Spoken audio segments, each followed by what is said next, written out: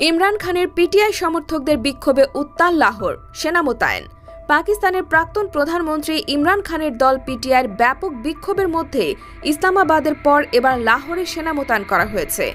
PTI সমর্থকেরা লাহোরের মিনার-ই-পাকিস্তানে বিক্ষোভের পরিকল্পনা করার পরই এই সিদ্ধান্ত নেওয়া হয়।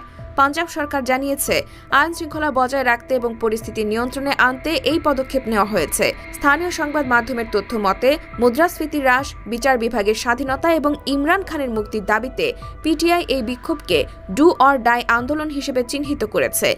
এমন উত্তেজনাপূর্ণ পরিস্থিতির মধ্যে ১৪৪ ধারার অধীনে লাহোরের সমাবেশের ওপর নিষেধাজ্ঞা আরোপ করা হয়েছে।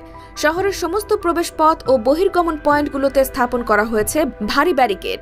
পাঞ্জাবের স্বরাষ্ট্র বিভাগের এক আদেশে জানানো হয়েছে, পাঞ্জাবের বিমানবন্দর, বিক্ষোভস্থল, রুট এবং অন্যান্য গুরুত্বপূর্ণ স্থাপনার আশেপাশে সশস্ত্র বাহিনী, সিভিল ফোর্স এবং পুলিশ মোতায়েন থাকবে।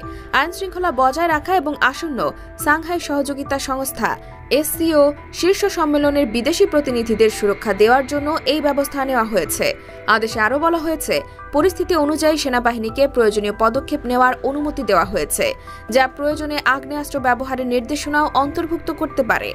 তবে সতর্কতামূলক গুলি চালানোর পাশাপাশি সর্বনিম্ন শক্তি প্রয়োগের মাধ্যমে পরিস্থিতি সামাল দেওয়ার চেষ্টা করা হবে।